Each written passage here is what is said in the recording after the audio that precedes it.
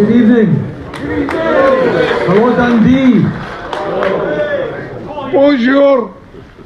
Who am I? Now, I'm going to ask you that before we start the show, right, obviously I'm no Graham Spiers or Paul Sturrock, right? And I'll bear a resemblance, but what I'm going to do, I'm going to ask you a favour. I don't know if you're aware of this, we're making a play for in here in a couple of weeks called Smile, with Jim McLean. And we need an effect, we need some folk to replicate the Tannadice choir on the day he's won the league, which wasn't yesterday, right? But you're on the way back, that's the most important thing, right? So what I was going to ask you to do, my name is Philip Difford, by the way, I wrote the play, right? And it's fucking brilliant. So you say.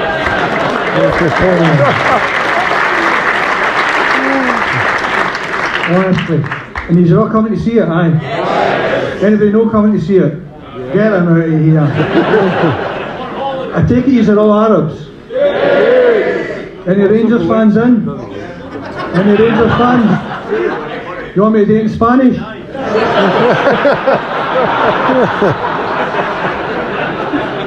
Right, what we're going to ask you to do, you know the song, here we go, here we go, here we go, right? Never heard it. Well, you're not singing. Well, remember on the day when everybody's going, Jim McLean, Jim McLean, Jim McLean, right? Do you fancy singing that for me? Yeah. And what I'll do, once you start singing, right, I'll get you, just sing it in your normal voices, and I'll do that. Take the volume up, right? I'll do that, take the volume down, take it down, I'll conduct you. Basically, right? The Tannadice choir. And that means that when you come to the show, you'll hear yourself in the show. You'll make a bit of history here, right? So are we ready? Just for level, this is for level. Right, so Jim McLean, Jim McLean, Jim McLean, Jim McLean, Jim McLean, Jim McLean, Jim McLean, Jim McLean, Jim McLean, Jim McLean.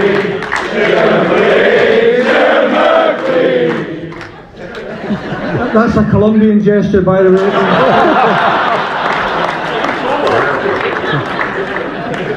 Right, so I take it we've got the level, and now we're going to do it for real. So the Jim McLean, right? Everybody ready? Dave, you okay? I think that's a yes, right? Okay, after 3, 1, 2, 3. Jim McLean, Jim McLean, Jim McLean, Jim McLean, Jim McLean, Jim McLean. Jim McLean, Jim McLean, Jim McLean, Jim McLean, Jim McLean, Jim McLean, Jim McLean, Jim McLean, Jim McLean, Jim McLean, Jim McLean, Jim McLean, Jim McLean, Jim McLean,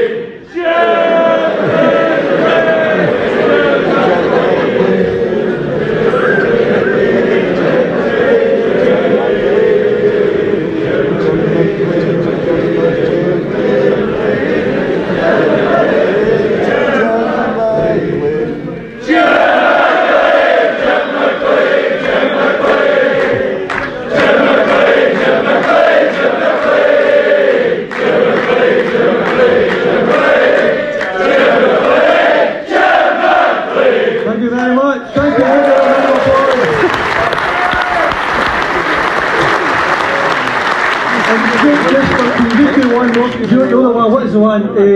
One Jim McLean, there's only one Jim McLean.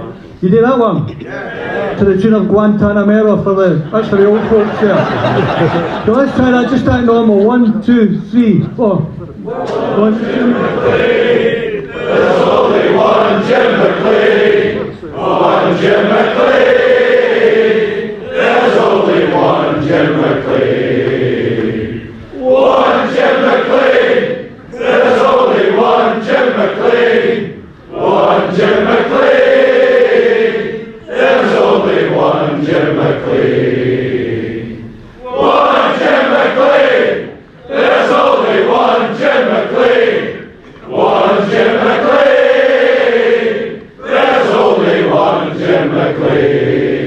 Thank you very much. Give yourselves a round of applause. I am now going to take my seat and I'm going to listen to what Graham and Paul are going to say. Thank you so much, and I hope you do all come to see their wee play. That would be brilliant. If I could actually, I'm going to go off and there'll be a slight pause, just adjust the lights now, but don't get up and rush to the toilet. This isn't the first half of the show, right? You have a whole lot to go. Thanks again, folks. Thanks a lot. Enjoy the show. Thank you.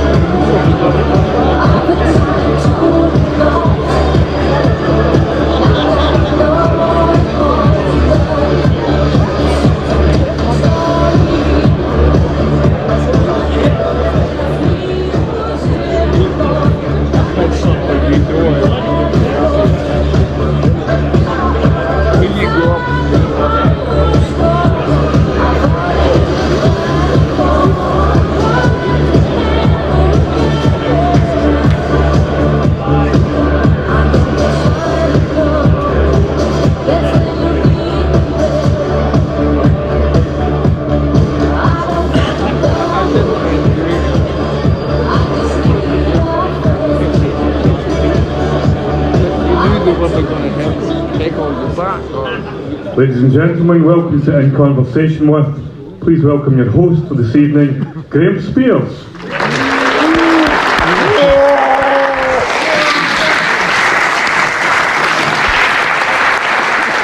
Thank you.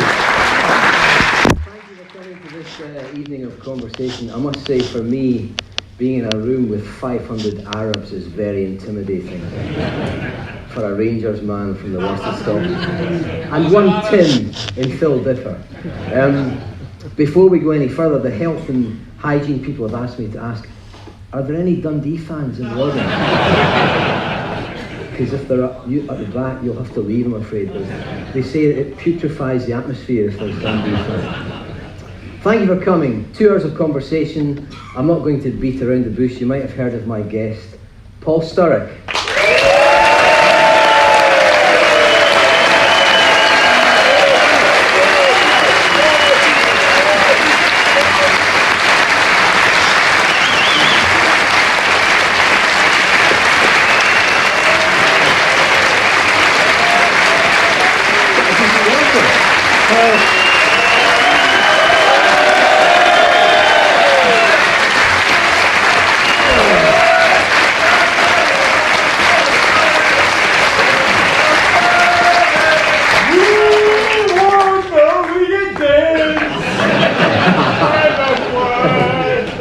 I tell you what, there's a few old bastards here in the house.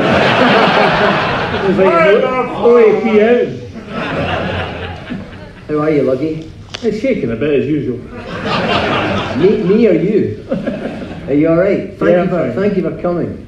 You'll probably have some old friends in the audience. Are any of your old teammates here? 1 or 2 of them? There's a fat one. Parky, where are you? That must be John Clark. Yes. Is he about there? Oh, Alec Taylor's come as well. Alec Taylor, right? And Gordon Wallace is here. It was great to see Gordon. How's life with you? Good, bad and indifferent. Aye? I would say that retiring was a nightmare. Oh, come on. No, you play no. golf half the time. Yeah, I play golf, I metal detect, I fish, I golf, but it's not the same as being involved in football. No. Especially if it's Cornwall's football. Yeah. But you have this. I discovered this when I interviewed you and I did a piece in the Times about a month ago. I hadn't realised that you had kind of hero status in 3 different cities in Britain: Dundee, Plymouth, and Sheffield. I mean, Sheffield, which I think is quite I knew about Dundee, obviously. I knew about Plymouth. You took them up twice. But a number of Sheffield Wednesday fans got in touch with me. One of them said, as manager, Paul Sturrock gave me the best football day of my life, getting Sheffield Wednesday promoted at the Millennium Stadium in 2005. Well, I sacked myself that day. We were 30 million in debt, and he wanted me, my team to play like Brian Clough's team. Aye. So I knew there was right on the wall, but Sheffield Wednesday fans were fantastic. Plymouth fans were fantastic. But this lot were much better. Well, let me, listen, I want to do this, we're going to do this in two parts, Paul. I want to, in part one, we'll speak for 45 or 50 minutes about your playing career. We'll have a break for 15 minutes, and in part two, I want to ask you about your managerial career, and then we'll do some audience Q&A. Well, that should be fun. There'll be a ton of questions. There'll be a ton of questions that people want to ask you. Let me take you right back to the beginning. How did the love affair between Paul Sturrock and Dundee United start? Signing for them, I would say. Yeah. I was Who a did hard it? supporter. The reason was that my dad's mate would take me to Tynecastle every second Saturday in the train. So, you know, I was brought up watching St Johnstone one week because I was close to Perth, and Edinburgh Hearts. You were in Pitlochry? I was in Pitlochry. Right. So that's how I finished up. 17-year-old. That was 17-year-old I signed for Dundee United. Who saw you? Who was the... Well, Bankfoot Juniors, who I played for, the manager was one of the scouts at Dundee United. Right. So we signed in the ice rink in Perth. It's not there now, it's not there. And I was walking up the stairs with my dad, and the boy who recommended me signing said, "You're 16. I said, "No, I'm 70. He said, "No, you're 60. Today, you're 16. So I signed as 16-year-old. All right. We Jim needed somebody to do the ground staff for 2 years. I finished up playing against Real Petrosani, coming on as a sub, and made out to be the youngest player ever to play in Europe.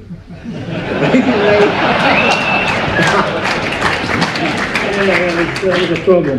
Because Tommy McLean was the youngest player that ever played in Europe. Right. All right. So Hamish and a few of the others delighted in telling me I should go in and tell the truth.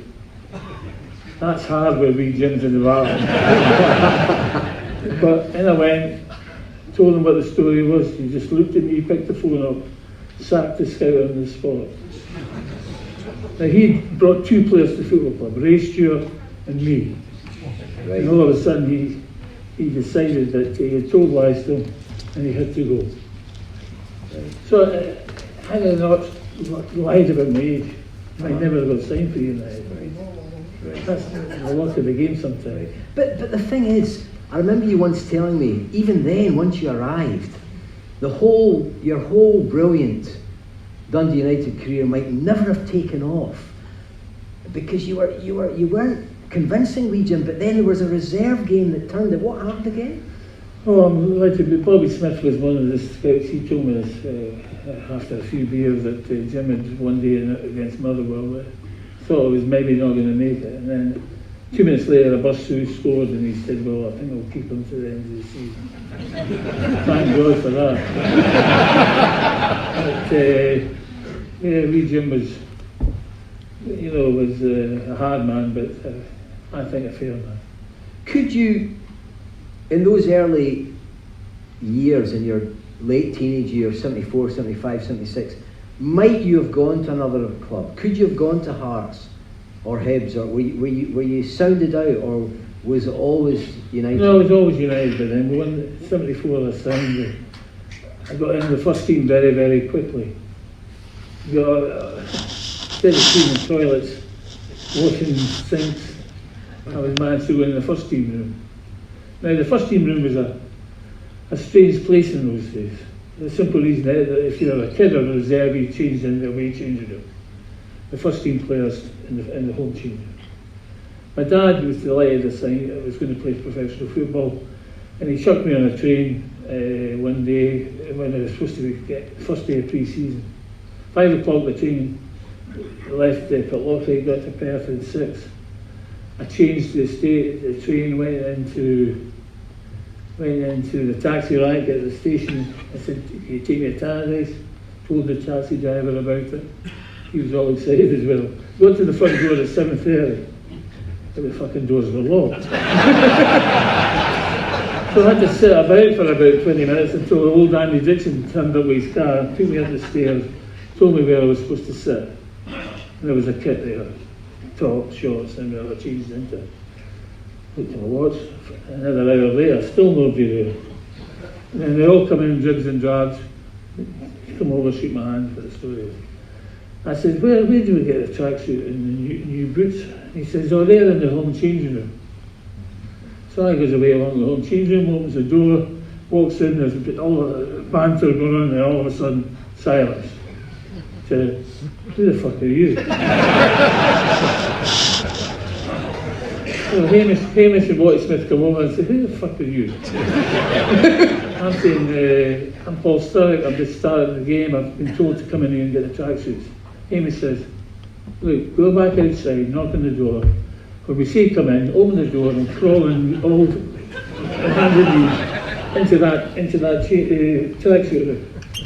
So I was, I'll be fucking right. So when I get manhandled into the boot room, filled in by Watty and Hamish.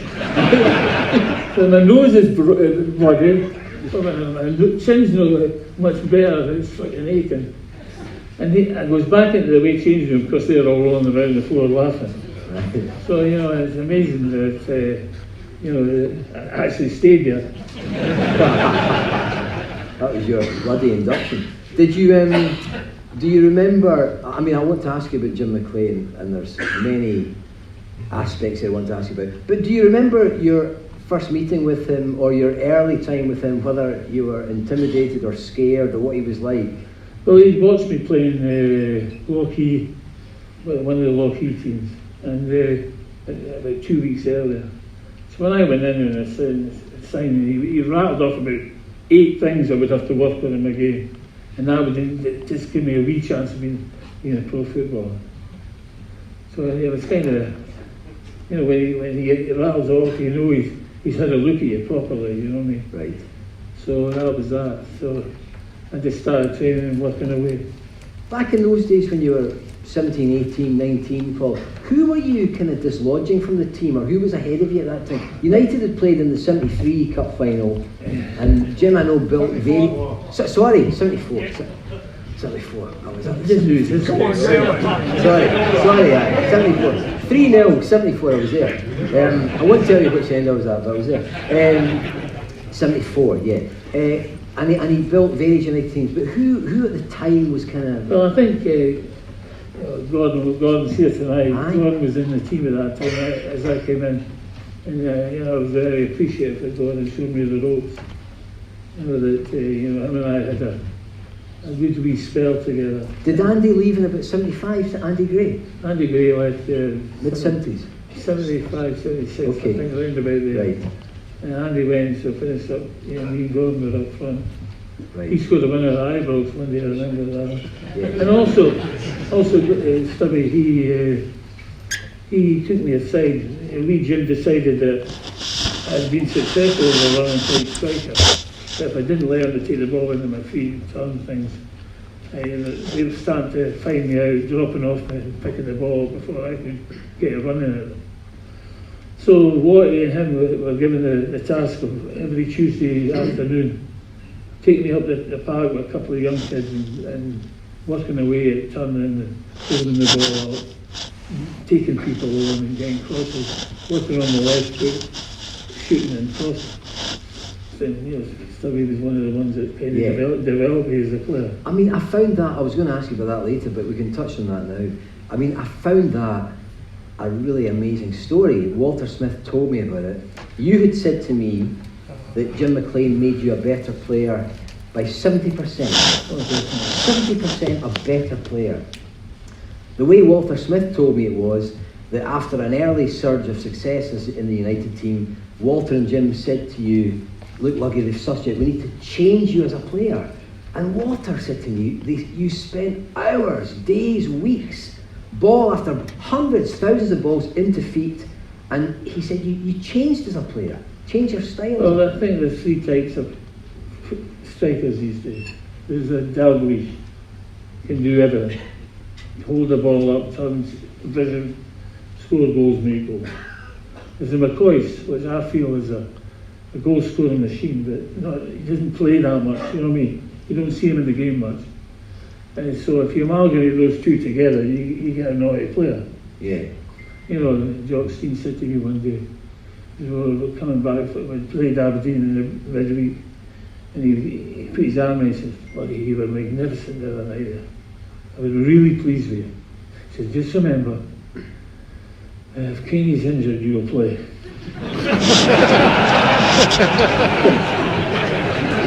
He got 102 caps, I got fucking 20.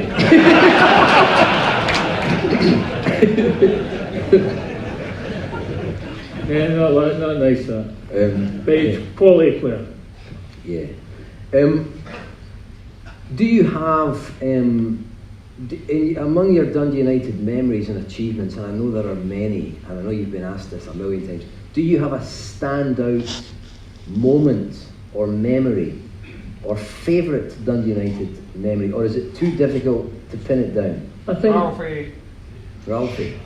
I think the important thing is that actually the game I really enjoyed the best, and the fans, the reaction of the fans that night was Man United down there in the 2-2.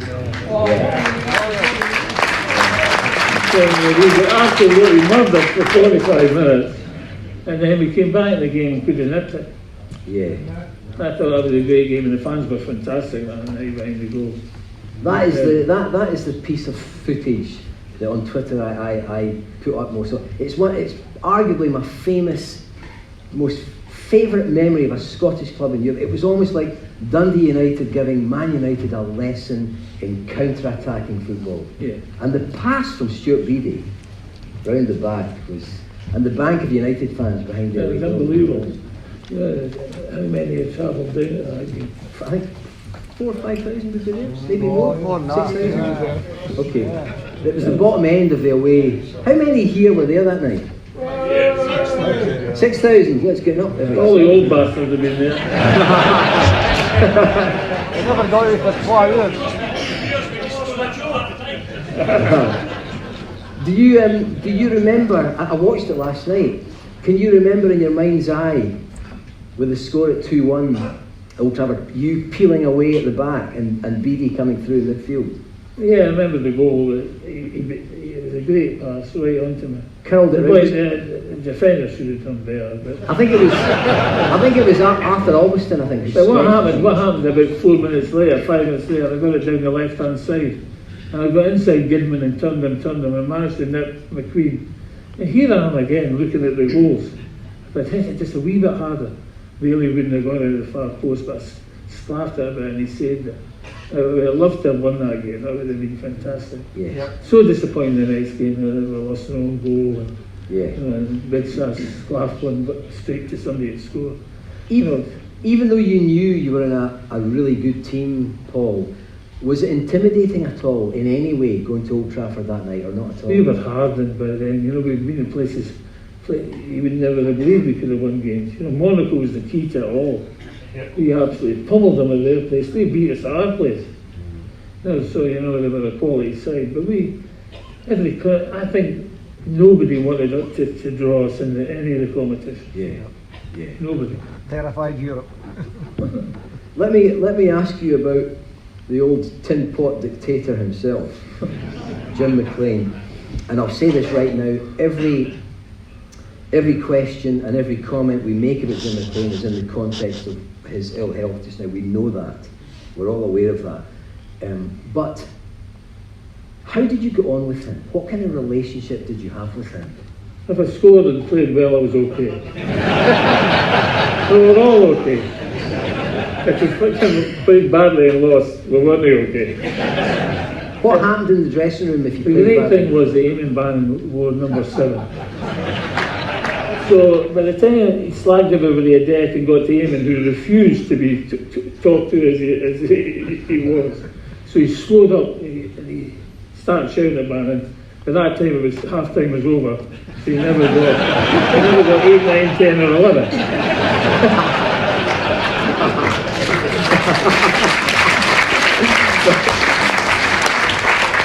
So he was a perfectionist. if you didn't reach the heights that he knew you could, he couldn't handle it. Just couldn't handle it. Was he an original thinker as a coach?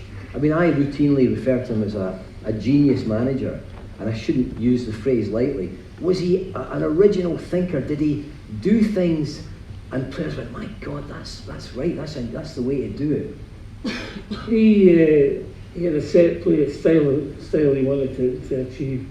We played a small functional game called the Hearts function, which I think one of the old Hearts managers had brought to lads one week, one summer. And we started to train regularly doing this small function work, a small-sided game, and it was incredible. You know, we got better and better and better at it. Every day for 20 minutes, taking the ball in, back, shots, laying it out, crosses coming in, defenders defending, you know, wingers doing it, watching it and crossing. And then he would lengthen it, and it would be there'd be a midfield area in there as well. And I'll tell you, that was probably, everybody got a telepathy of where everybody was supposed to be at every junction of the game.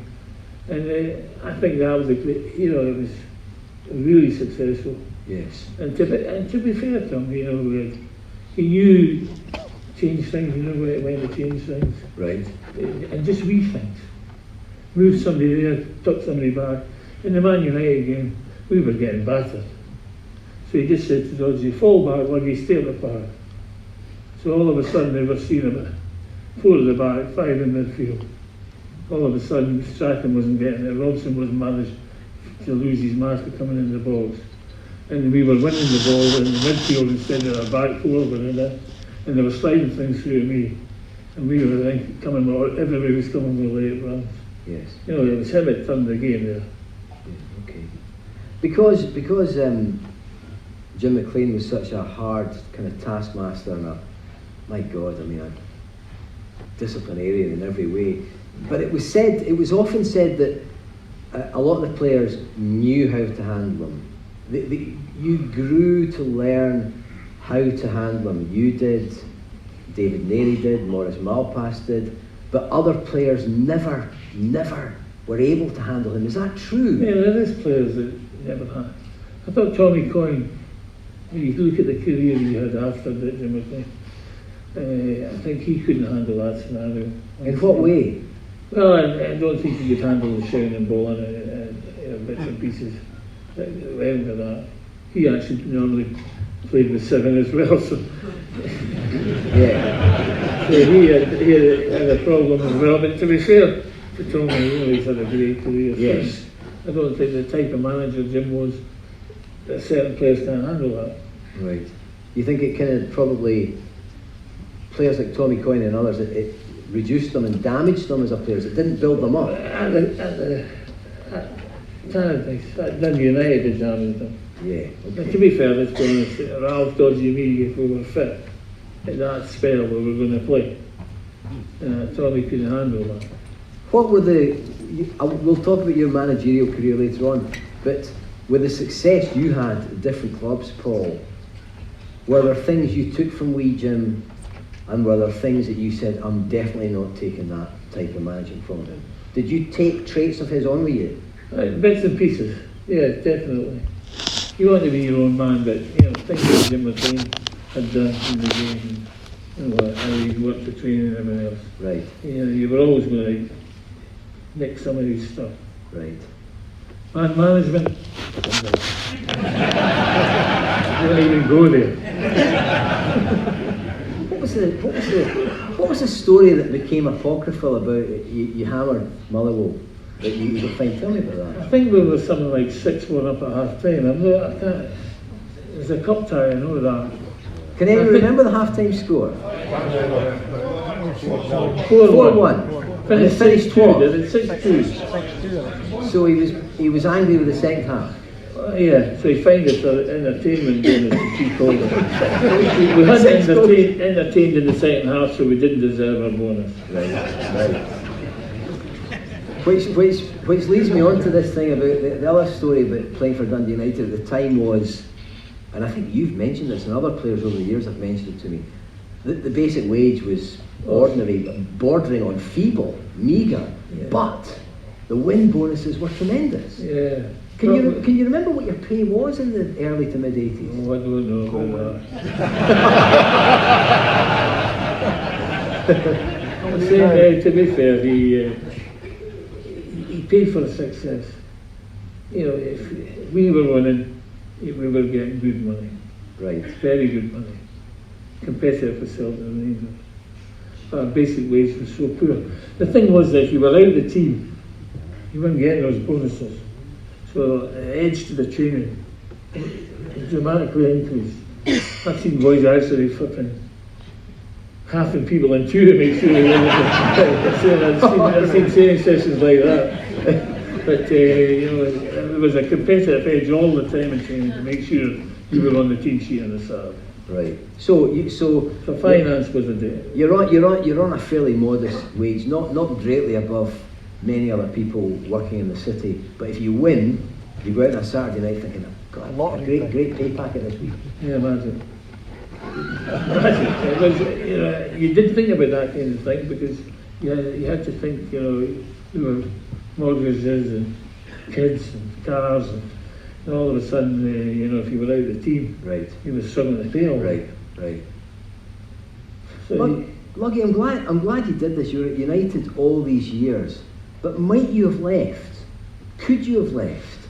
Well, funny enough, when I became a coach about 2 years into that, wee Jim brought me in one day and we were chatting about things like that. He says, I didn't, you know, he says, I'll tell you now, he says, but after the game, the chairman of Barcelona had said, what about Sturrock? So I looked at him and he said, I thought he was kidding. He said, no. He said, when I went to the board, they said, no way. We're going to keep all our good players because they keep bums on seats. So I'm saying to myself, oh no, I wish he'd bump my wages up there. So Celtic, you know, 3 or 4 times tried to sign her. And to be fair, when Jim McLean was going to be the manager of the Rangers, I think me and Dave Neary, I think he thought me and Dave Neary were going to be coming along, the first 2 Catholics ever to sign for Rangers. Right. And that didn't happen, to be fair. And to be fair, I don't think I would have went. Right. Because I wanted to ask you a cheeky question here, and you've kind of made a connection to it. Celtic showed an interest in signing you. 3 or 4 times, yeah. Right, well here's the thing that actually somebody told me recently, and this will be a very unpopular question, but the Celtic manager back then would be Big Billy. Billy McNeil, Davy Hay, and then Billy McNeil. Because a guy told me recently that he claimed to me, he said, Graham, when Big Billy went down to England to be the manager of Manchester City, he said, Luggy was on the phone to him. Billy, get me out of here. Get me to Main Road. And I said, Luggy's always said, United through. I won't tell you who, I won't name who told me the story, but it was Andy Walker. It was Andy Walker on the golf course the other day who told me. And he said that Billy had said, Luggy's on the phone, Billy, get me out of here, get me to Man City. Is there any truth in this allegation? Nah. Genuinely? Genuinely, right. Well, this is a story that Billy told me. I didn't even know Billy at that time. Right. Oh, he knows that. Right, okay. That was a strange question, but Well, you know what? My job is to ask questions. Did wee Jim over time lose his mojo, his shine as a manager? You know, they always said, Paul, about Fergie, that he always evolved and reinvented himself. Did wee Jim have that within him or not? if wee Jim had stayed, alright, I had come along, won the Scottish Cup, which was great for the football club. He fucking relegated us with the same players. And to be fair, we were building a really good side, you know, Big Dunk. if you go sensible at the right time. Saying he was an asset when Christian Daly, another quality player, Yes. who were moulding. Lots of young players were coming through, Billy McKinley, but Gary Bowman, they were all flashing into the first team. Now, 95, when I was the youth coach up there for 3 seasons, we won the cup, the youth cup twice, and there was 95% of the youth squad played in our first team. So I tell you now, he would have moulded another team. But obviously you can't go about punching fucking reporters. No way. Especially the ones that think they're going to Man City.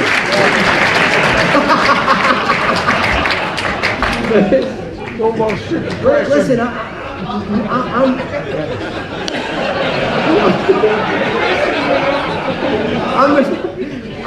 I'm in the front of the queue of the Jim McLean Appreciation Society, but he also headbutted that STV cameraman, didn't he? Wasn't much a headbutt. He wasn't even asking the question, and Jim stuck it up.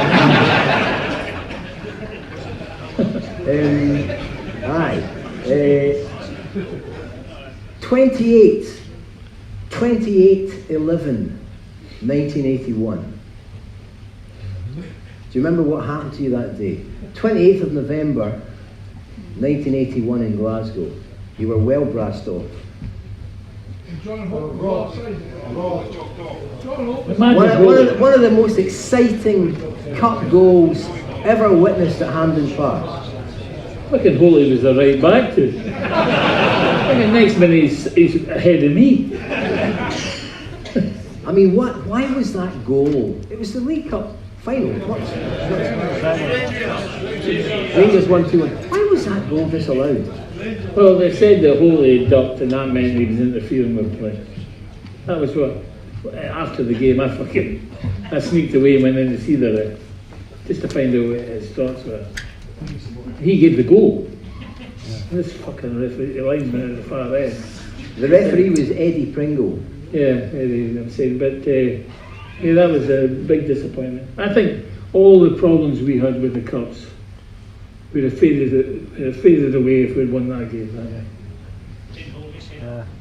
Holy was fine the next day. I never kicked up the terrace soon enough when we were ahead. Right, one at a time, a free pint at half time for any Arab who can name the United lineup that afternoon at Hampden. Stand on your feet, no phones out, no Google. Okay, anyway. Can you do it? No. McAlpine, Holt. Can you do it, Paul? No. Because you've got the 3 men with no faces, as Gordon called them. McAlpine, Holt, Stark, Neri, Hegarty, Bannon, Milne, Kirky, Sturrock, Davy Dodd. I've missed one out. You missed what, Ralph Milne? No, I mentioned him. Philip. Philip. Aye. Referee was Eddie Pringle. But I would have thought that would count as one of the best goals one of the best non-goals you ever scored. Well, that one was fantastic when I am in the top corner, but I watched one on YouTube the other night there. It come on, it was a Rangers game, and I think in the first minute, Ali Dawson scored in the last minute of the game for a draw. And I turned this one in and hit it with my left foot. My left foot wasn't the strongest, the best, but I'd done all that work on it. It was nice to see it fly in the top corner. So all the benefits you gain from hard work. I think you said to me once that when we were chatting recently, you were naturally right-footed, but because of all the coaching and training you did, when you left Dundee United, your best foot was your left. Yeah, my shooting wise, I was better with my left than my right. You became that over time. Yeah, it came that over time. What was the relationship like between Walter Smith and Jim? Well, I think it was pretty amicable, I'm saying. Wally did a really good job for us. I'm saying, couldn't he play? Stubby, don't you tell him I said that. I think he knows that. I'm saying, Waller was, good footballer. I'm saying, we Jim slaughtered him as much as he slaughtered the rest of us when he played. You know, because he was still doing coaching and playing for a wee spell. But you know, you could always see he was going to go the distance. You know what I mean? Yeah. Because what I spoke to Walter about it a couple of years ago, and Walter said he played in the United team for 7, 8, 9. Well, he'd been there in the late 60s, hadn't he? So he'd come through that whole phase. And then Jim called Walter to his office one day when I think Walter was 29. He was flogged to Dumbarton subsequently. And Walter said that Jim said to him, look, Walter, you need to face this. You're shite.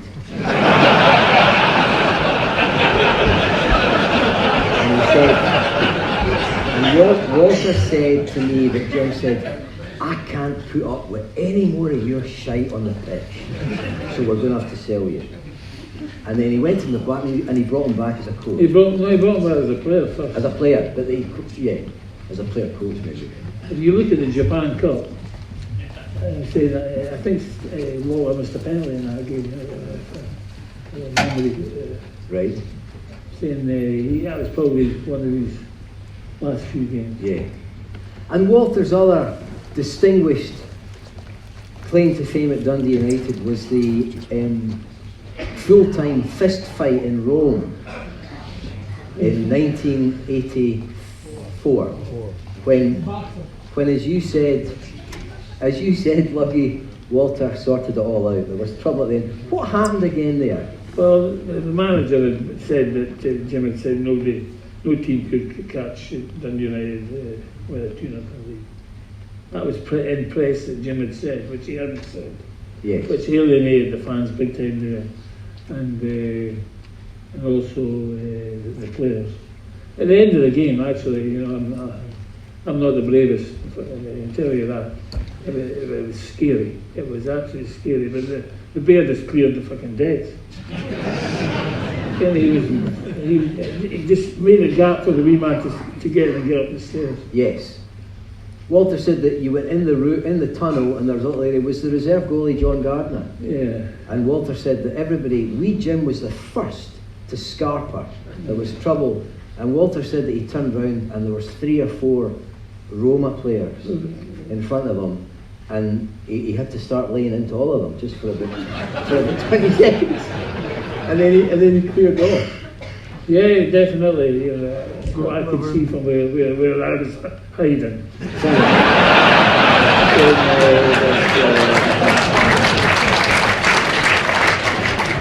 I'm going to take some Q&A at the end of this, but see right now, before we get to the info, if anyone's got a question on what we've been talking about, shout out, stick your hand up.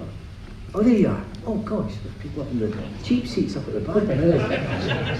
If you've got a question, stand up and shout out about anything we've spoken about. Yes, I yes. just want to ask Paul, what you talked about the legendary sort of when if you won matches you got a bonus and all the rest, and that was what made you wealthy or basically gentlemen at the time. At that time when United used to win in Europe, like, and there was obviously a lot of money going in and out Tannadice with European matches and the success that we had in that.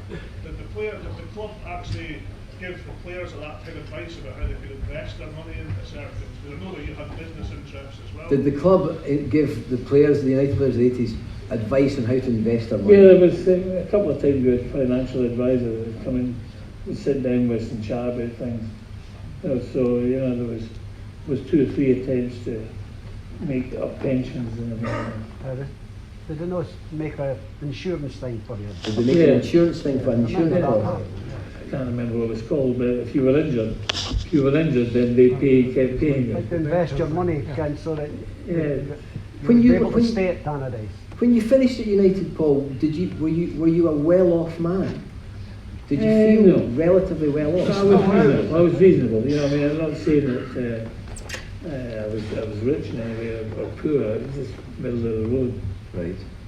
Right. Any other questions? Yes, sir. Here. Luggy, who's the best strike partner you had? Luggy, who was the best strike partner you ever had? Well, there's only one, isn't there? Does he?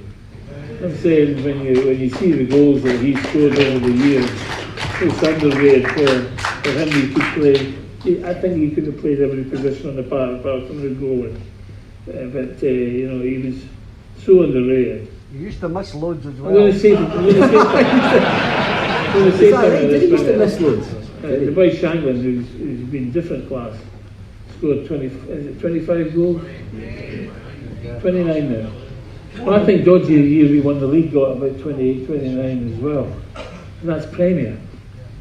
You know, that's high standard. That gentleman there, I'll come to you in a minute, sir, in connection with Davy Dodds, used the word underrated.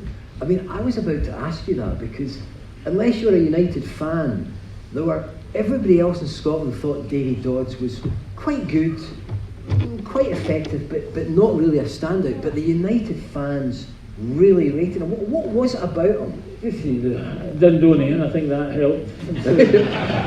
No, I didn't think one of your own. He was an ugly bastard. He's going to batter me tomorrow night of the year, sir. No murders! Didn't Fairbairn on Sunday up there? He was, There he is sitting there, David. Come on up. saying, I think even Bannon was another one that was underrated. I think, some of the things he got, it was incredible. The standards, he was sometimes unplayable. Millen, sometimes unplayable. I'm saying, and Dodds was the type that, He was eye in the box. When the ball came in, he was eye in the box. a lot of goals that we scored, Richard Goff would get the ball, drive forward, pass it into my feet. Right? I'd hold up, change it this way, Ralph would take off, and lay it back in again. He would sprint to the box, cut it across, and here was Dodgy coming in, taps in the net for 66 yards. If we scored once of that, we scored 20 goals Oh, there. very easy. And he was always in the box. He was a predator, but what he did defensively was quite incredible as well. He was a good run backer. You were going to ask a question, sir. Yeah, what's the best goal you've ever been present during? I Well, there's only one in there. I know. I don't think Frank knew what he did with it. You know what I mean? How he did that. But this thing flew in that top corner, and I tell you, I've never seen anything hit like that in the league before. Modern, The Anderlecht, what a goal! Evan Bannon. Yeah, we can rattle them all off. You know what I mean? Tonight we've got John Clark. Where are you, John? That was bad. There's a mat in the £5 seats up there, Paul. There's a mat in the car. What? Yes. Yeah. Shout out. Paul, you've given me some great support for many years. You're a legend, so I'd just like to say that. Put the money in the post.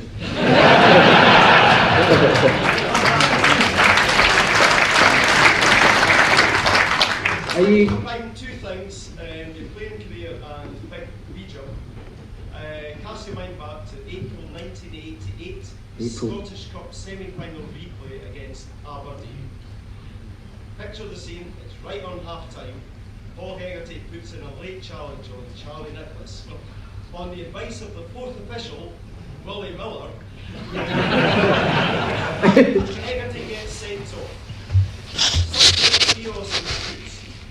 Having had your knees or your ankles dragged down by studs by the main man, how satisfying was it to see Willie Miller shite himself when we jumped offered him a square go at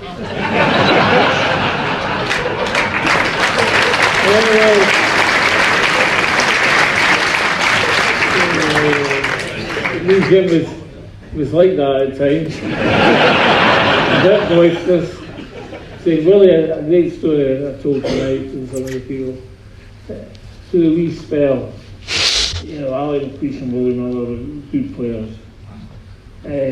Gregor Stevens, Tom Forsyth, Roy Aitken and Ian Other, who ever played alongside them. They all, with the tackle from behind, they all come up with this great idea that basically what they would do was one would kick me and go right through me. Put his hand up, sorry ref, sorry, and they would alternate. Willie would go right through me, and Ali would do it again. I was getting pissed off. Tom Forsyth would do it.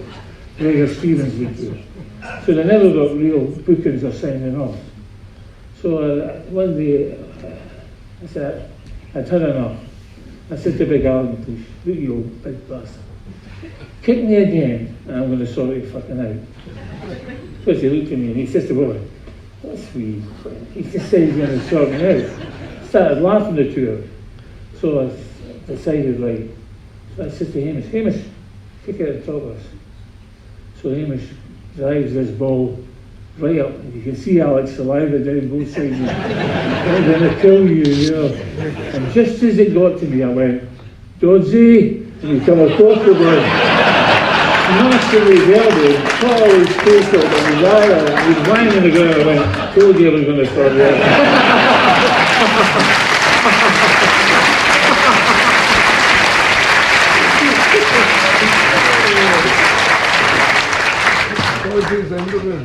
A telepathic understanding of these guys. Good cop, bad cop. I was amazed, just before we stop for the break, we'll have a 15-minute break in a couple of minutes, Paul. I tweeted a picture about you today, and blow me, you've got your socks up to your knees. Why did you never bother with shin pads or? Well, I think the thing was I like to be loose, you know what I mean? I like my socks to be down. The reason they were up is because they made a rule you had to have your socks up. Right. The thing was that shin guards, they weren't working in the front, so I started putting them on the back. Which, you know, because every time I was coming off on the Monday or the Sunday, because you were bleeding so much in the back of your leg, it was all going down into the foot. You know, the foot was getting with this side.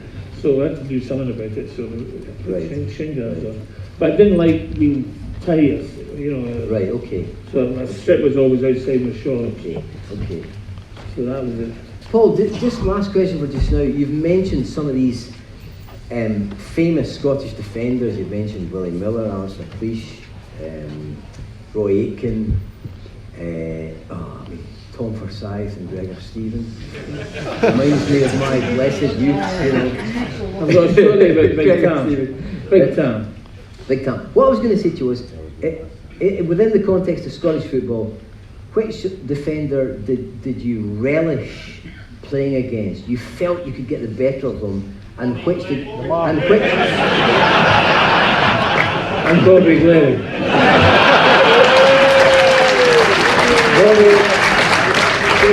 Did poor Bobby Glennie suffer particularly at your feet? He suffered a lot.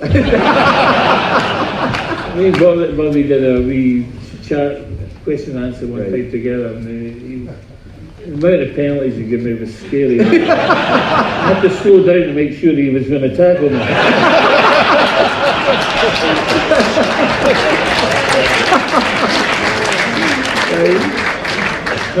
Big Tam was, this story is the one I loved the best.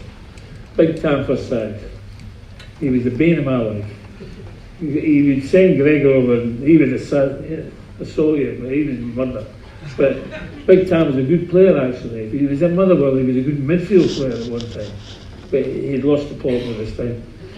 And what he would come over and whisper in my ear as we were going out to the game, he says, if Big Tam gets booked today, he misses the cup final. It was like, man, it's for fucking hell. The relief kind of shot off me. So I went over and shook his hand, all the best, Tam. And the first ball went down the side of the pitch, and I just sprinted over. And as he was kicking it along, I ran, just, studs right into his boot. He was hobbling about. And I just smirked him. So I went away again, the ball got crossed over, and I gave him one of those. Caught him right in the flipping chin. I'm saying, this is fucking great. He hadn't had a go at me once yet. So Sag goes back again, stands on his toes in the box off a corner. You could see his face was starting redden.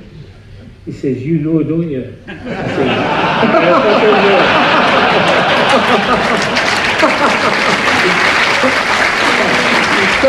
said, he subbed himself. He walked off the pitch, said to John Gregg, get some other time. That's true story. Well, after that, he sorted me out a couple of times. Another game. On that happy Tam Forsyth note, we're going to have a break for 15 minutes. Go and have a drink if you please. When we come back, I want to explore Paul's managerial career and other things, and have a whole stack more of audience Q&A. In the meantime, show your appreciation for Paul Sturrock.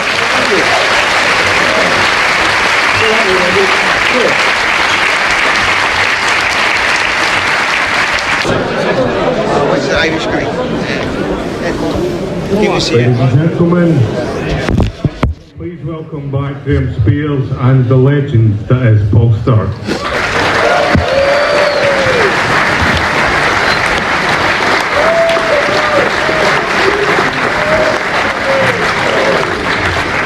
Thank you. During the break there, Paul is saying to me, Andy fucking Walker.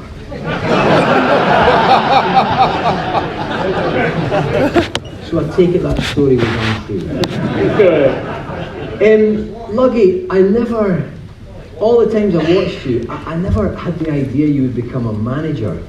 I just didn't think it was something you wanted to do. But it turns out you'd wanted to coach at a very early age. You were coaching when you were 17 in Celtic Boys Club. Ralph was in that team.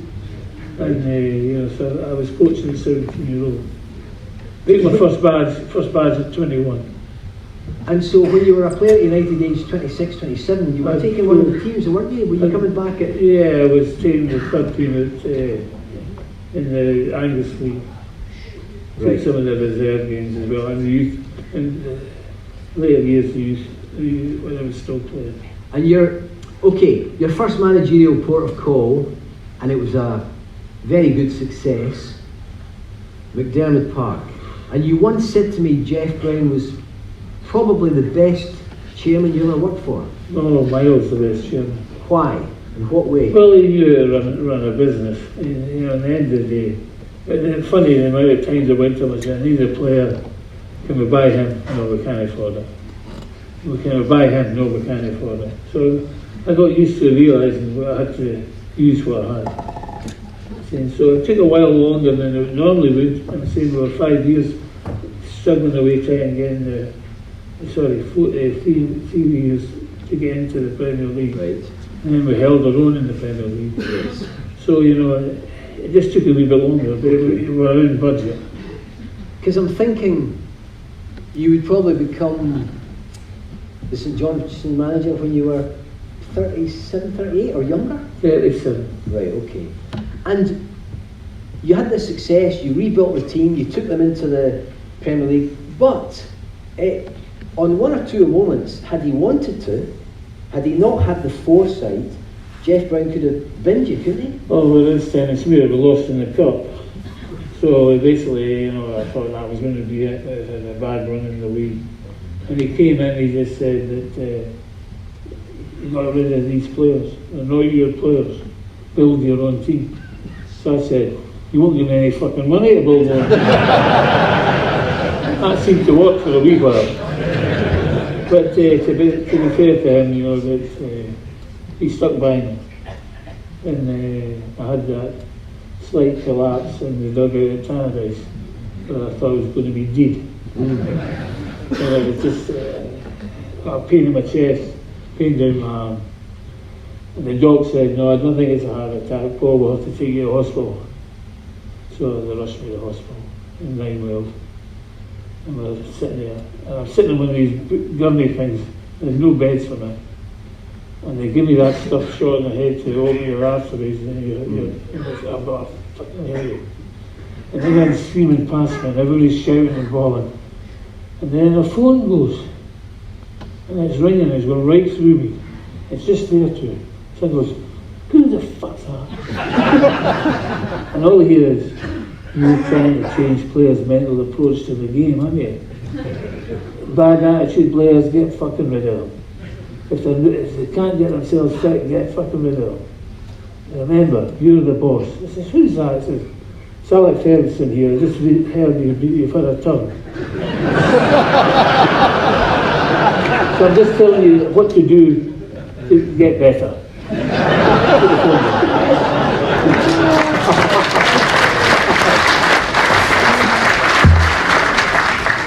Just out of interest, I remember that afternoon. What was it diagnosed as? What was it? What did they say it was? Stress. Right. Stress. I've seen all these players that are spending having depression. I can't believe I'm actually watching that. Depression seems to be the main thing in a football. Well, there's a big debate about this in the media, Paul. Yeah, I mean, obviously mental health is something we have to be careful of speaking about. But the jaundiced members of the media think that depression is the get-out card for everything. You know, you can be badly behaved, you can do this. Oh well, he's depressed, and it becomes the get-out card for every, you know. But anyway, that's a whole new subject. What was the transition like for you back then? And we'll talk about your later posts. But going into management, how did you find it? Did you adjust well, or were you nervous at first? First game was against Dundee at Dens. And I had a wee distributor man on my table on the Friday night, and I'm going like this. He'll do this, he'll do that, he'll do this. I'm going to change the system 3 at the back, and blah blah blah. I said, I'll maybe have a wee gin. Blair's son sat there, he must have been 10, 12 or whatever. Dad, what's this for you? What's this? Yeah, I'm going to do that now. I'll have another gin. Like 7 weeks into the job, I was drinking a bottle every Friday night. It was a nightmare. But the pressure was a great learning curve. Jeff Brown was a fantastic chairman, you know, in the end of the day. Yes. You know, we played the air group. We were like 8 points clear in first place. And he goes, bring your golf clubs in the next couple of days in a suitcase. We're going to Portugal. I said, Portugal, we've got a game on Wednesday against the second top of the league. Sloop will take that. I said, what 7 days golf? You're looking a bit stressful. We need to sort you out. So he goes away golfing. Of course, the game goes on, and somebody's talking on the phone back to we're having a meal. The state's tasted like rubber. And I'm saying to myself, oh, no, what am I doing? Sitting here, listening to this football game. We're 1-1-0. I'm saying I'm going to get the promotion. But it just shows you, he knew at that time I needed just to calm down a bit, have a wee bit of quiet time. So, he was different class.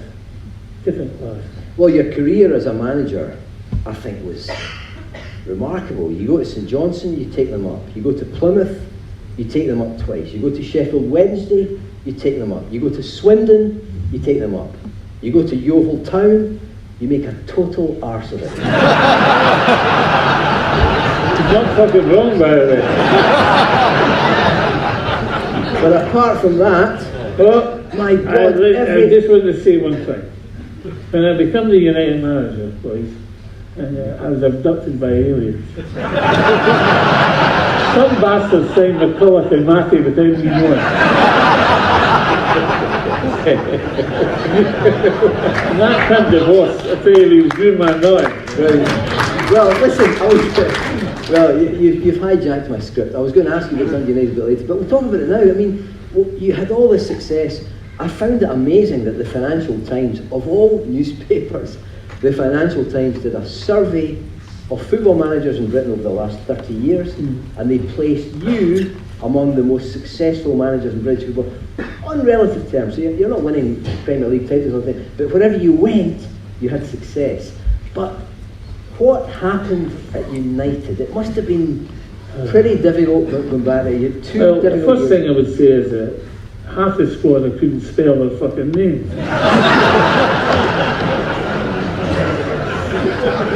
By the way, I didn't know they had half the players they had. They were coming in from everywhere. The two teams were packed. The squad of players they had was unbelievable.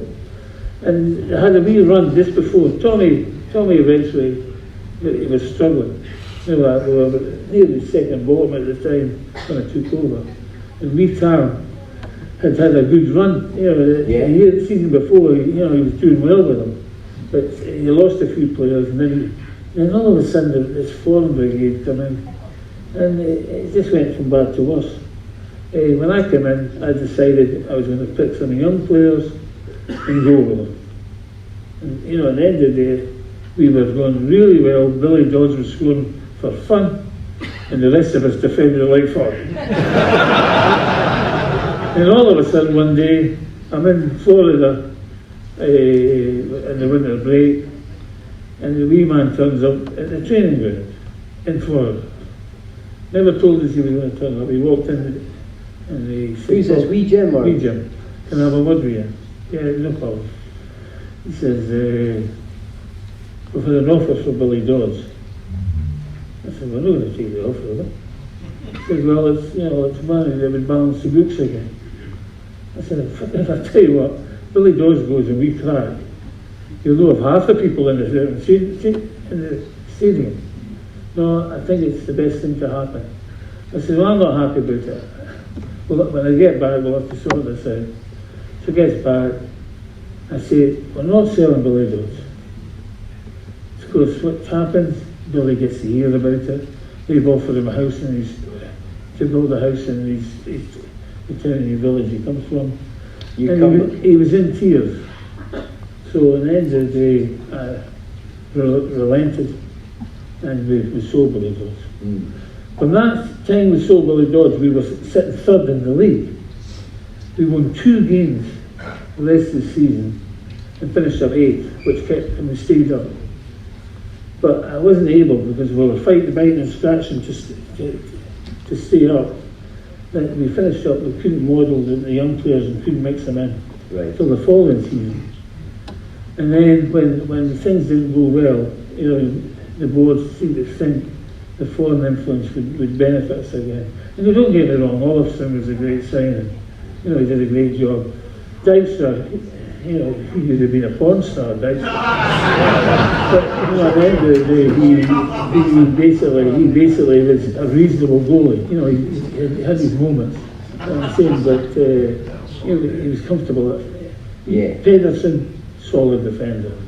But Moles and the South Americans, you know, the boy knows you.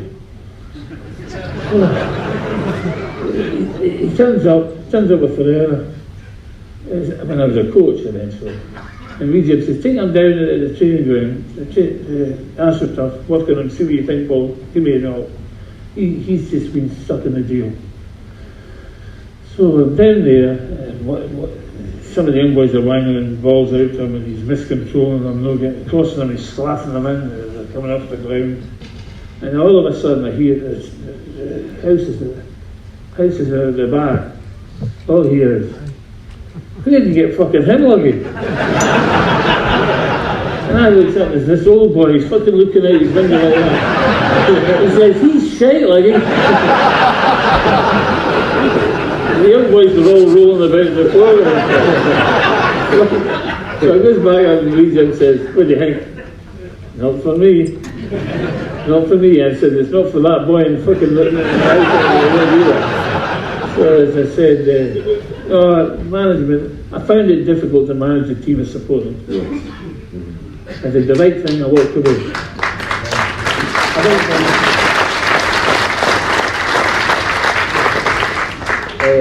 From recollection, when you embarked on season 2000-2001, I think, which was the start, 3 games in, wasn't going well. You knew it wasn't going to go well, so you decided to call it. Yeah, I decided it was appropriate at the time. I had ambitions. Yes. I wanted to manage in Scotland, I wanted to manage in England, I wanted to manage in the international team. I wanted to manage, strangely enough, a part-time team. Yeah, Saying I achieved an awful lot of what I wanted Next to. season, Luggy. What's that? Dundee next season. You told me that you also told me that actually recently you said that after the years at St Johnstone and the way, I don't know if it was a 10 club division at the time, but you said you got bored with Scottish football. I didn't get bored, I got annoyed. We go down to Parkhead or Celtic and we defend and we get a result. Oh, for fuck's sake. It's unbelievable they come down here defending in our droves, trying to stop from scoring. And then we come down there and play Cavalier, play charge, lose 5 goals, 4-0. And all of a sudden they're saying, oh, how naive they are. West Coast Media. Exactly. I beg your pardon. And so, you know, You couldn't win either way. I couldn't win either way. And that's the way I looked at it. And I said, well, I like the fresh idea of only home and away against football teams. I don't know what you were like at geography at school, whether you knew where Plymouth was, but could you ever have imagined that you would become this hero, be lionised at Plymouth Argyle? Well, not the first game. We got beat against Carlisle and there was only 1,200 people in the stadium. How did Plymouth come around? Plymouth came around because I wanted to be interviewed for jobs to get the experience. And a boy called Davy Byrne, who played for Partick Thistle and St John's, right. he was a cockney. He mentioned me to, I wasn't working, to the chairman of the Plymouth Argyle, who invited me down for an interview. I went down, told them what I was on. They thought that was a bit steep, and I went away thinking there was no way of getting the job. 2 nights later, the phone, and you've got to come now. And I finished up in the airport, getting picked up by the chairman of Plymouth Argyle. Who basically give me a lift down the road and he went, Paul, I give Warren so much money to get us promoted and he didn't do it. This young boy I've given no money to, he hasn't done it. You're going to have to just save me. So I get to the stadium, and there's this cherry picker thing over the stand. He had banned all the press, so they put a cherry picker over, so 2 boys would stand and write about the game off Plymouth Argyle land, saying the fans were going absolutely mental. Right. We finished up that if you wanted to get any money, you had to go to his company in Tiverton, send an email, and they would send back whether the money would be allowed. Right. I had enough. I thought to myself, a wee trick here. So I signed 2 players without telling them. Signed 2 players without telling them. So I went to the board meeting. The boy did the finances. I said, he signed 2 players without signing. I said, well, I knew what was going to happen. In the end of the day, I just feel we've got to get some better players. And to be fair to the chairman, he agreed, thankfully. And I went on. Plymouth was a hard one because I was down without my family. I was staying in a wee flat that the chairman owned, and my city probably had the full insect population of Plymouth in it. And when I looked out the door, I had 101 days rain. It was a nightmare. Luggy, were you possibly the best Scottish number 10 you could actually experience? No, I think we'll come back to that in a minute. Did you had meteoric success at Plymouth? No, the first year I made sure we didn't get promoted. Yeah. For some reason we would have got relegated again straight away. The team wasn't good enough. I restructured that, and we finished 8th. It's meant we didn't get involved in the players. The next year we added right back on right through the team, and we won 102 points, 102 goals, 102 points, 94 goals, and won it by Canada. And then you were taking them straight up again the following year.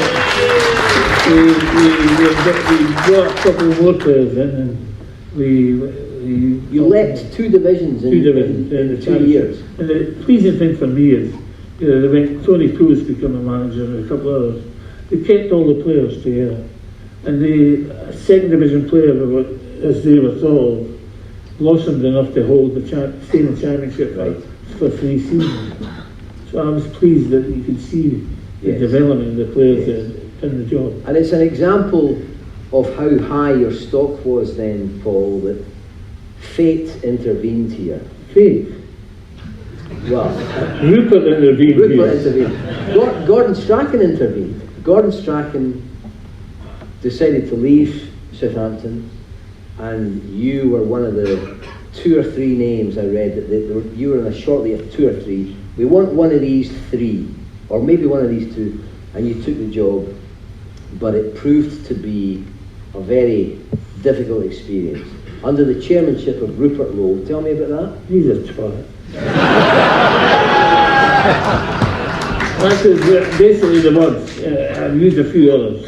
I don't think I can tell him the story about the changing room. Do you think I can? There you go. Well, this man took me in for my first game. We played Liverpool. I always remember I walked out the tunnel, as proud as anything, managing in the Premier League. I was going to the show. I walked out and I looked at my lot, and I looked at their lot, and I said to myself, this is going to be a hard job. We won 2-1 that night against Liverpool on the TV, and the next day I saw painters coming in, and the corridor from the change rooms that the two teams had to stand on, he painted white and red, like a stick of rock, you know what I mean? In both sides, like bullets for people. And he says, come in the away changing room. And the away changing room was painted brown right round. I says, what's this? Well, he says, this is the colour that makes you feel depressed and down. This will overcome the other opposition player. He says, wait till I show you what else. So we went to the toilet area, and behind these doors in the cubicle, you had a mirror. I says, what's this? He says, black players don't like me washing themselves on this thing.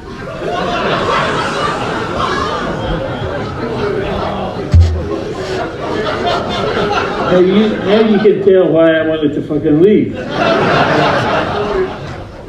Unbelievable. That shut them all up anyway, didn't it? What a man says sums him up, yeah. It was amazing. You told me recently about how difficult life was with Rupert Lowe as an anthem, meddling with signings, and I read Gordon Strachan's book the day after being chatting to you. And Gordon Strachan in his book says word for word about his time at Amsterdam what you said. What was the thing about signing a player or going to Portugal to look at a player or something? No, I went to, what had happened is Terry Cooper was the European scout, played for Leeds. There was another boy who was the English scout, and there was me and Rupert. This was the people who had a vote who would take in the team. Rupert had got me to France to watch this boy who was playing left back. And I went, he's not left back, he's a centre half. Yeah, he plays centre half, but he can play left back. So Rupert had this idea that, he was going to strong arm me through the signing. Terry Cooper had a boy called, I can't remember, a Dutch boy. And the other boy, I went in the toilet and says, by the way, if you vote with him, I'll get you out of this job as quickly as possible. So, we went back in the room, and Rupert says, right, we'll have a vote, and he put his hand up. Nobody else put their hands up. And so, basically, I got the opportunity to decide which one I was wanting. I thankfully got the player I wanted. But so there was this kind of acquisition committee. I went to America to watch a player, a right winger, finished up Everton and Rangers. DeMarcus Beasley. Yeah, correct. Playing for the Chicago whatever. Fire. Yeah. I'm saying, and he did okay. I thought he was the right player for us. I was out for a meal at night with the agent who travelled with me and the people who were involved with the boy Beasley.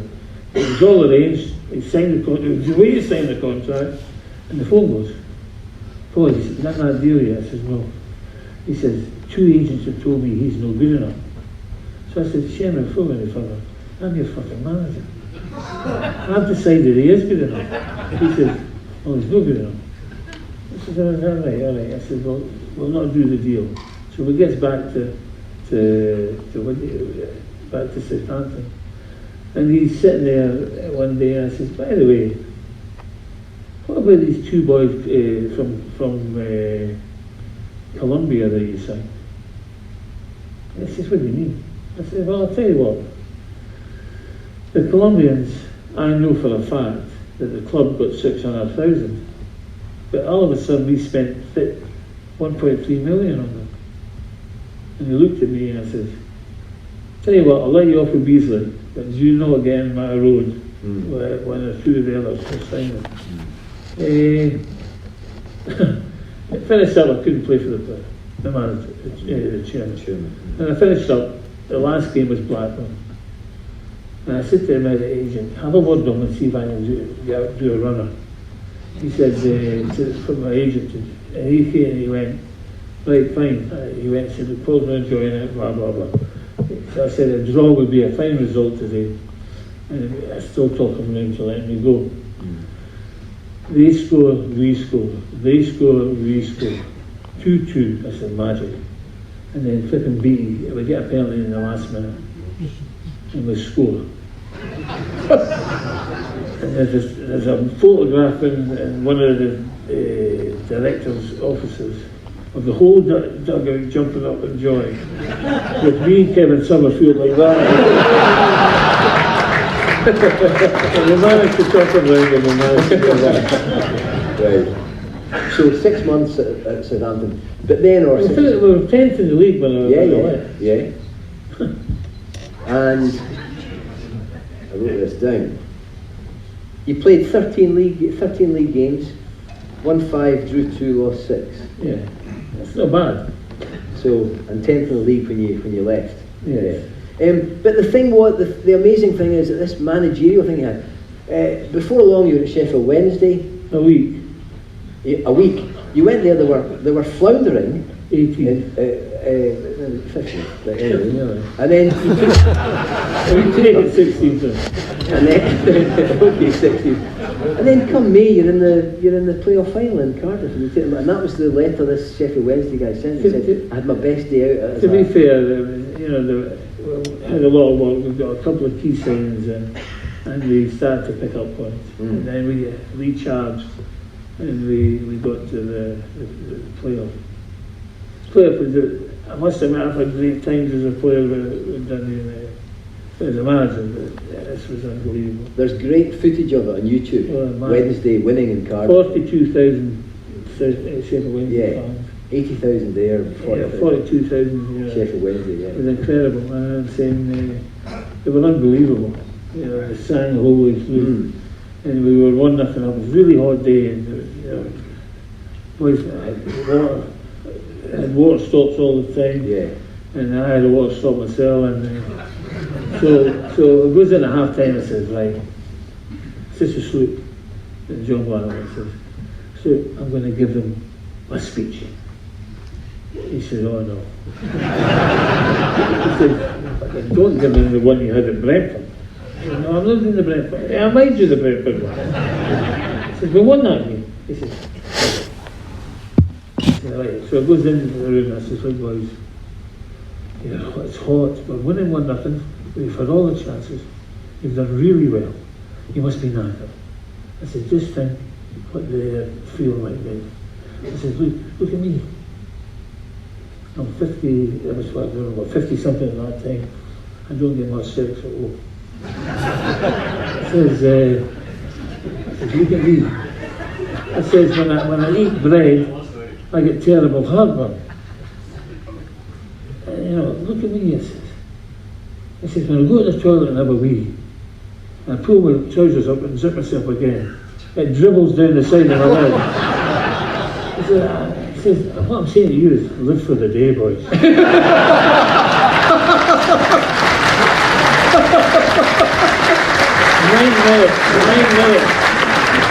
9 minutes into the second half, we're 2-1 fucking down. Shit says that fucking word, didn't it? So we put 3 subs on, Steve McLean and a few others, and we scrambled into extra time, 1-4-2. But going home from there was, they're fantastic supporters. Amazing. Big club. Oh, fantastic. Huge club. But another asshole for the chairman. Why is a club the size, with the passion of Sheffield Wednesday, forever second tier, third tier, second tier? Why? Why should it not be? It should be up there. They've been 30 million in debt for a long time. Manager after manager came in. They had no money to really bolster the squad. They're fantastic. When they're going well, the huge crowds they get. Yes. Paul, just a serious thing for a minute. Did the Hillsborough tragedy, I mean, Wednesday weren't involved that day, it was their stadium, but did the Hillsborough tragedy in any way linger? No. I never heard anybody talking about it. So then it was brought back up by the parentage of the fans that died. Yes. And I can understand why they did that. Yes. But to be fair, it was a terrible thing that happened. And the Sheffield club took it as they were partly to blame. Right. So, at the end of the day, yes. I'll be justice. I wanted to ask you a few others, but I want to have a good 20-25 minutes of audience chat. So let's get the lights up if we can. And there's playing, there's games, there's teammates. Yes, let's have a Q&A with Paul here. Yes.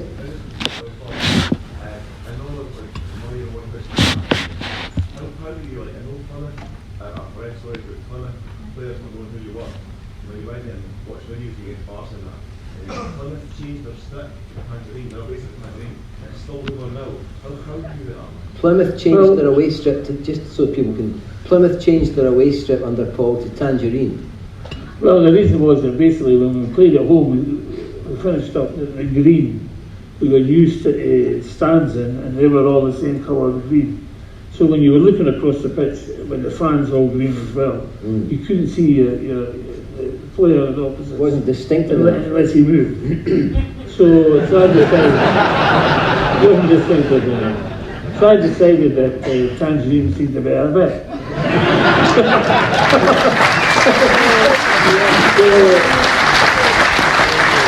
So we went to Carlisle and we finished up with the strip ready to go. When we pulled the strips out, the shirts were fine, the shorts were fine. You get an elephant to get in the shorts. They were fucking huge, so we're out here. I had a wee boy called Buster Phillips who was about that height, and the whole short was the height of it. So we knew we couldn't wear them. So the only other thing we had to do was put the green on. When we went Tangerine, green and Tangerine, it looks fantastic. So we went out and played, and we were playing away. It's a big game. We had to win. We won 2-1, 2-0 or 2-1, and it was a great day. And the physio comes past me and says, "Paul, how did these boys at the top end of that stadium know that basically they were there? How did they get the Tangerine shirt?" He says, "No, it's no fucking our boys. That's Arabs." These buses will come down the game. These buses will come down. What?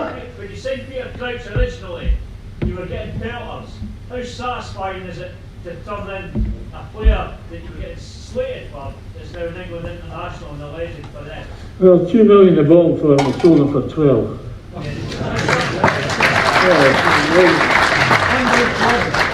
Let's just cuff some hands up, Mo. There's somebody right in the middle there. Maybe it's not a hand up. Who was it? Yes, with the cat on, yes. Yeah. Well, as you understand, I'm sure you know the reputation for the conveyor belt of youngsters coming through by the 70s has always been brilliant. How do you see that going forward? Our conveyor belt of youngsters in the 70s, Scottish young footballers coming through, was great. What do you think of it now? How do we fix it? Van computers. Well, how do you see it going through? How do you see it going?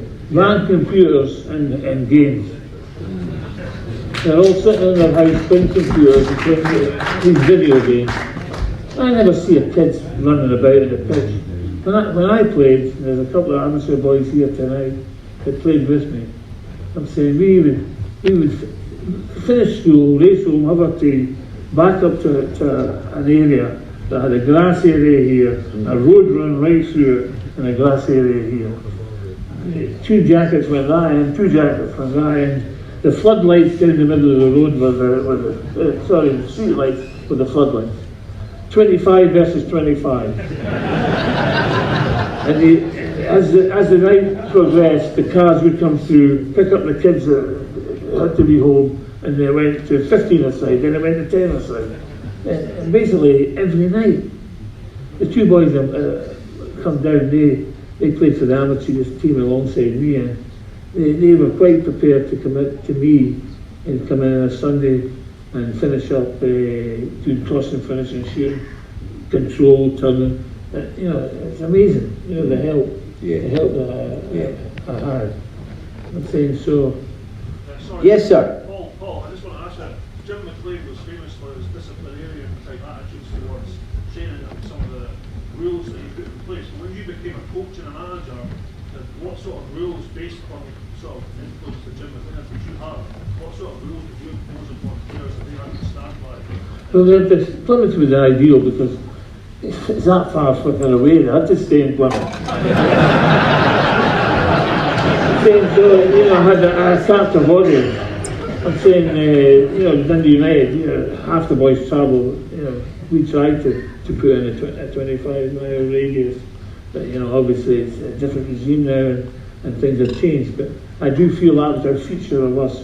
We had to stay in the Dundee area, and I think that made us friends together, and, you know, we're teammates as well. Yes. Yes, sir. Paul, what do you think Well, I of this don't know, thing? I've never fucking headed it myself.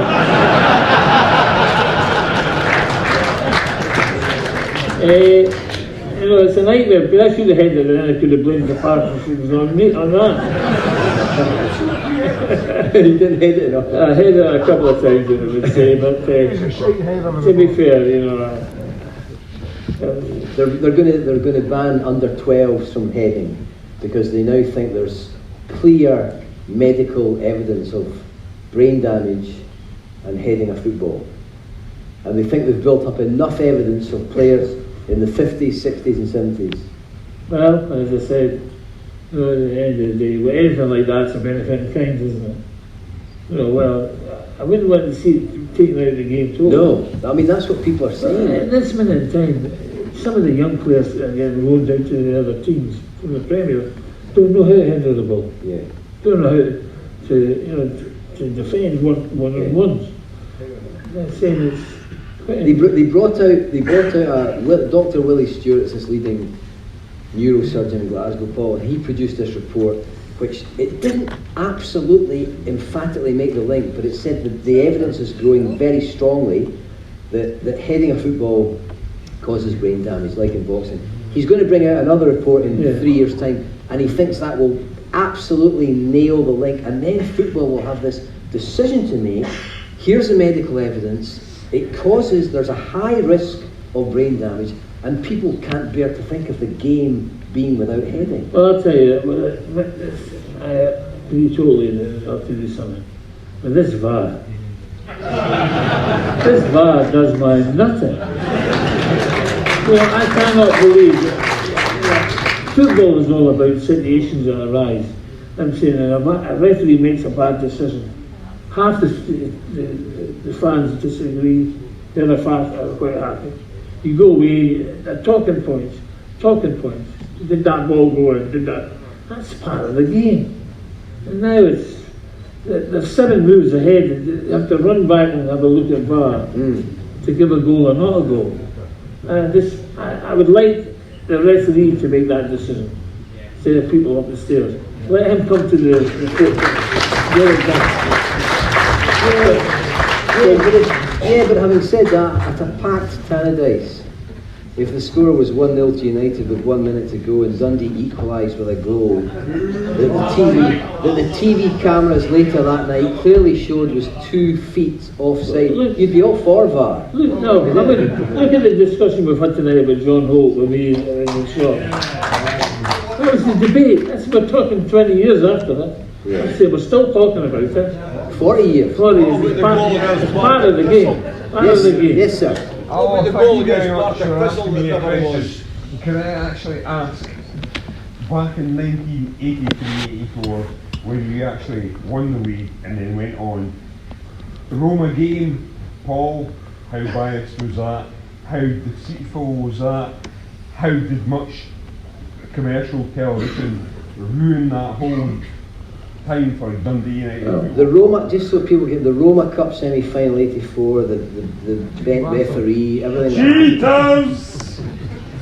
Yeah, I understand. I'm saying, I think most of you know that. a letter to Platini about 4 or 5 years ago.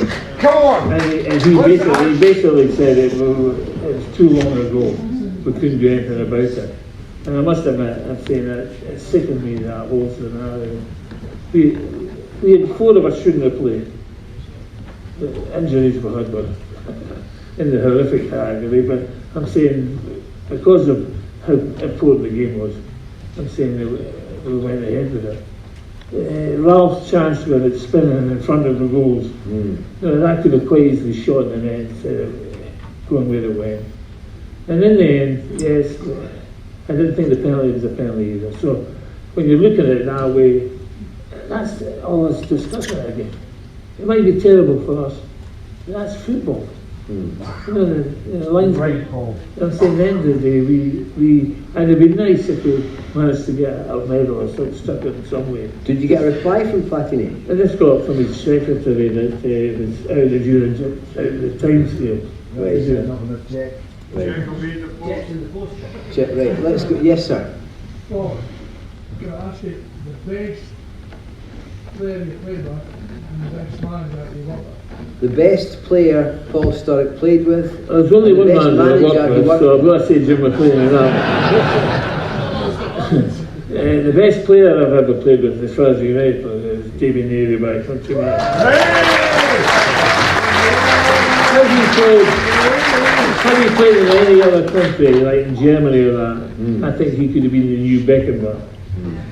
And I felt he was unjustly done, because when people had to be moved about in the Scottish team, it always seemed to be him.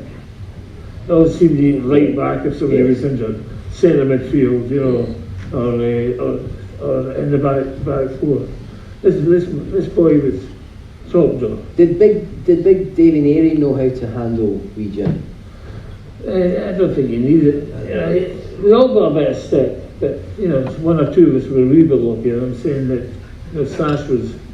There wasn't many bad days in Sash's. No. Saying for the wee man to review. Yeah. Now let's go. Maybe up. Is there a question up here? Yes. Oh, no, this is a question for both of you. For what both. does Dundee United mean to you?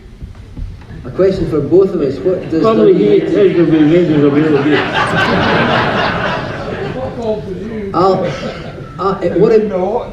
What it means to me is, I grew up as a Rangers fan.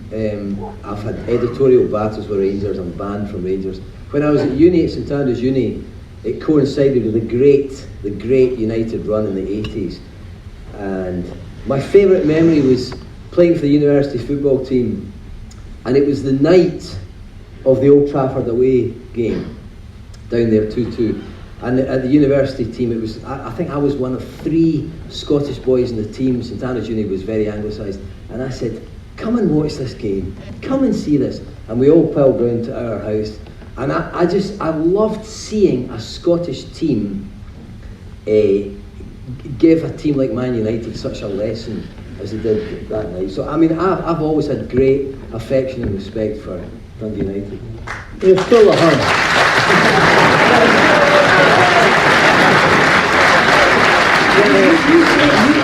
You say I'm still a hun.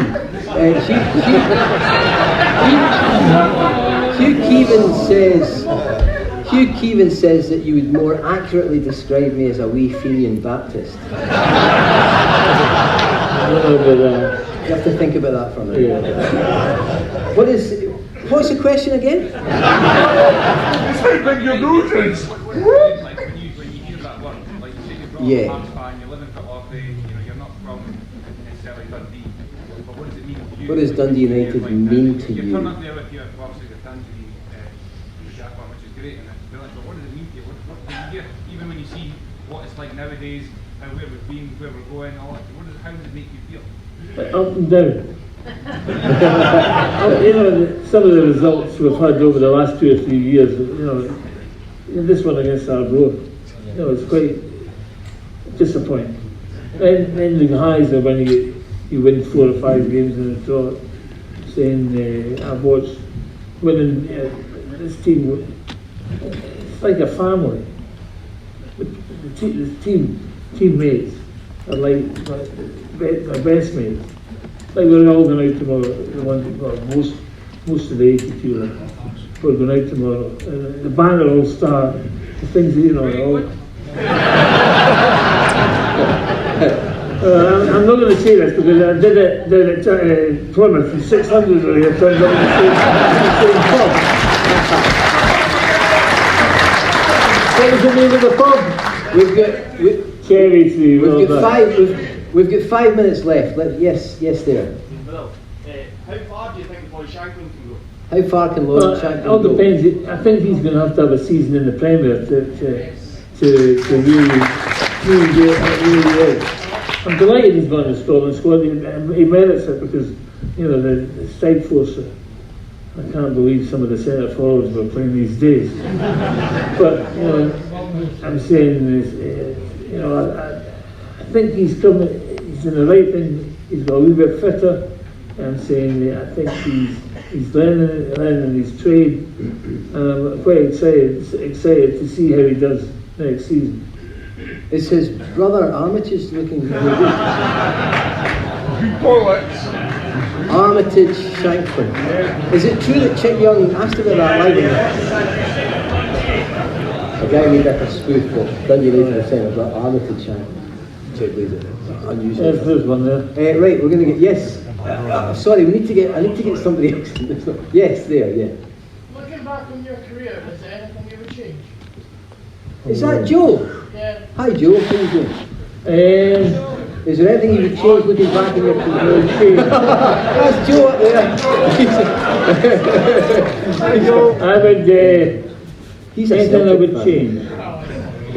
Is there anything you'd change looking back in your career? But you can't change it. I've had bad times, good times, and different times. Football, I will.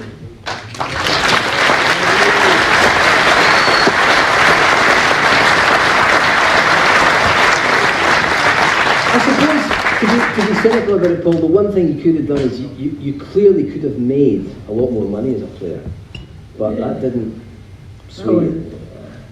And the mates. The boys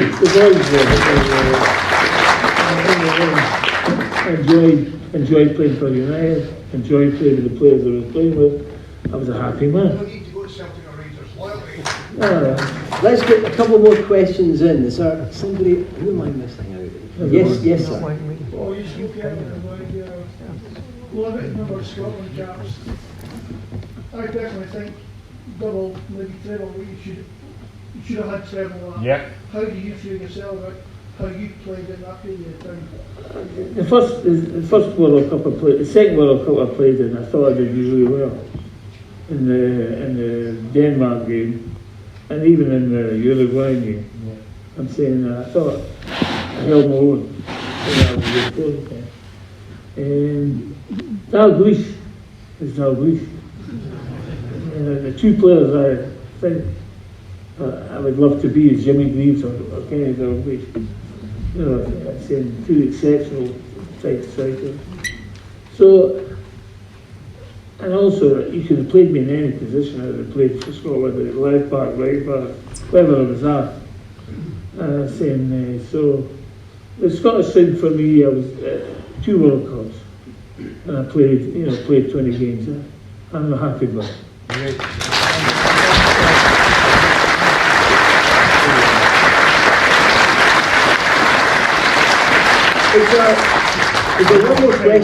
Is there one more question before we finish? We'll finish. Yeah, okay. Which fight, apart from the UEFA Cup final, obviously, which final do you look back on that they lost back in those days when you could Which final do you kind of regret wishing won? I regret that we Jim decided he was going to leave me on the bench until the extra time against Celtic. I think if he'd put me on it half an hour ago and saying Roy wouldn't have went charging forward and I assure you, he would have stayed back. I'm saying instead, your Lampard ventured down the right, crosses in. So that game, the 2-1 game, but I think we scored first. And we held on. Yeah, there was bits and pieces of it, but you know, sitting on the bench is the most frustrating thing when you know you might be able to benefit the situation. But that's Wee Jim's decision, So that's. You actually think, oh no, I shouldn't be running it, but... I carry on. All I'm saying is, United won, Aberdeen won more finals at Hampden in those days, and it was a great rivalry between United, Aberdeen, Celtic and Rangers, but do you honestly think that the referees were biased to Celtic and Rangers? Well, I think the goal was disallowed in the Motherwell game, Fergie and Kevin Gallagher, or was it Kevin Gallagher and somebody, I can't remember. The handball or whatever, one was lying in the net, the ball went outside. I just feel that the more times we lost there, the more worrying it was. You know, there was a worry about the team compared to, had we won the first one, I think we would have went on and got 2, 3, 4. But I think the pressure we Jim put on us as well. But he couldn't get a top one either. I'm saying, so I think that there was a lot of pressure on us when we were playing those games. Apart from the Seman game, we were out of box. We were just knackered. Well, I know I was knackered. And I'm saying, I think everybody else was. I'm saying it was just the whole thing about it. We worried that if we didn't win this, then we only had the UEFA Cup, which we were 1-0 down to fall back on. Then losing it. One more question, please. We're going. Yes, there. Who was the best defender you played against? Who was the best defender you played against? Best defender. I think the boy Stielica. He played for West Germany. Uli Stielica. He read the script. He knew how to play me. Saying he knew when to drop off me. He knew when to go tie with me. So he was one that I admired. Never played for Borussia Mönchengladbach, did he? Well, thankfully he didn't. For Real Madrid against the Dons. That 5-1 game is probably the best I've seen. It's the best performance I've ever been at. Gladbach, 2 goals at the start, come back. Well, that was unbelievable. I'm saying Yes. the second time was even better because they thought they were going to just walk over the top of it. Guys, I'm sorry, there's people that need to get back. Well, there's one thing I need to do. Oh, right. What's that for me? Ladies and gents. Thank you very much. Once upon a time, Dundee United, 3 or 4 years ago, came down to Plymouth. Great, 600 people by car, by automobile and by plane. Some fucking walk. Now, I thought I'll go on Facebook, invite them all to a pub and I'll meet them at 30 or 40 or something. I walked in there and there's 600 of you. The place is packed. I loved every minute of it, a great banter and everything else. Came to the game, two players went on the football pitch with no clothes on. I'm saying to myself, we've got trouble here. When they finished up with the game and you lot said, we're no leaving until Luggy comes out and says it's surreal. Yeah. You remember that? Yeah. So we went out and I came out and I stood there and told you, remember when you get this, the Dundee, you get something about it. So somebody, and I think you might be in here, or 2 or 3 you might be here, sang this song, Paul Sturrock. Hey, Sunday, Paul Sturrock. Now, whoa. Sorry, now that cost me £250. The best 250 I've ever spent. But starting tonight, hopefully, we're going to change the one word. Because if I say Dundee, people will think I'm just singing and thinking of the sixth. So we're going to say that song again, but the last word is Stundy. Yeah. So let's go and read this 3 or 4 times. We fucking hate Sunday, Paul Sturrock. We fucking hate Sunday, Paul Sturrock. We fucking hate Sunday, Paul Sturrock. We fucking hate Sunday, Paul Sturrock. We fucking hate Sunday. That's it from now on. Whoever starts that song, just make sure it happens. Have a good night.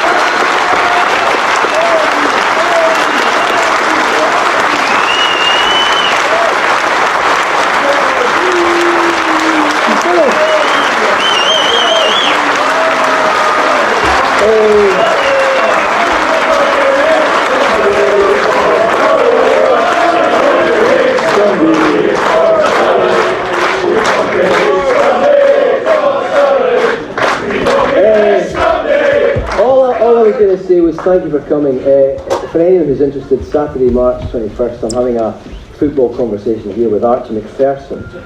Archie.